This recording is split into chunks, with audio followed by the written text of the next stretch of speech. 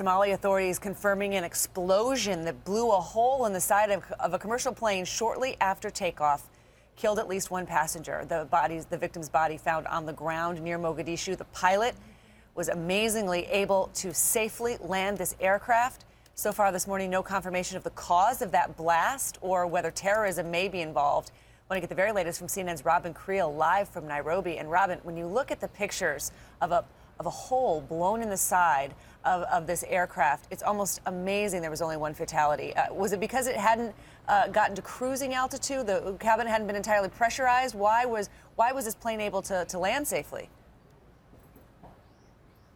Well, hugely lucky. And it turns out, Christine, that plane was about an hour delayed. So if it had taken off at 10:30 a.m. local time, which it was due to take off at, and instead it took off at 12:30 a.m., if it had taken off at that time, and if there was something timed to go off on that plane, then that flight would have likely have been 1 hour into cruising altitude, 30,000 feet. And what we're told by experts is that if it had been on at that altitude and the explosion had occurred in that exact place right near the fuel tanks on the wing, then it would have been catastrophic for that flight and the 70-odd people on board.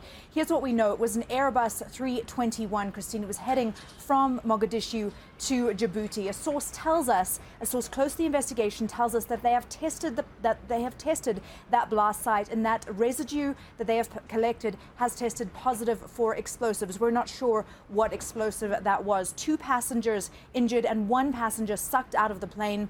His body was found close to Mogadishu. Somali authorities now have control of that body, and they will be looking at that body today as the day wears on. What we're not sure about, Christine, is what could be behind this explosion. As I said, it was 1 hour late to take off. So if it was some kind of timed device, and again, we do not know this, then if it had gone off when the plane was already in air and at cruising altitude, it would have been catastrophic.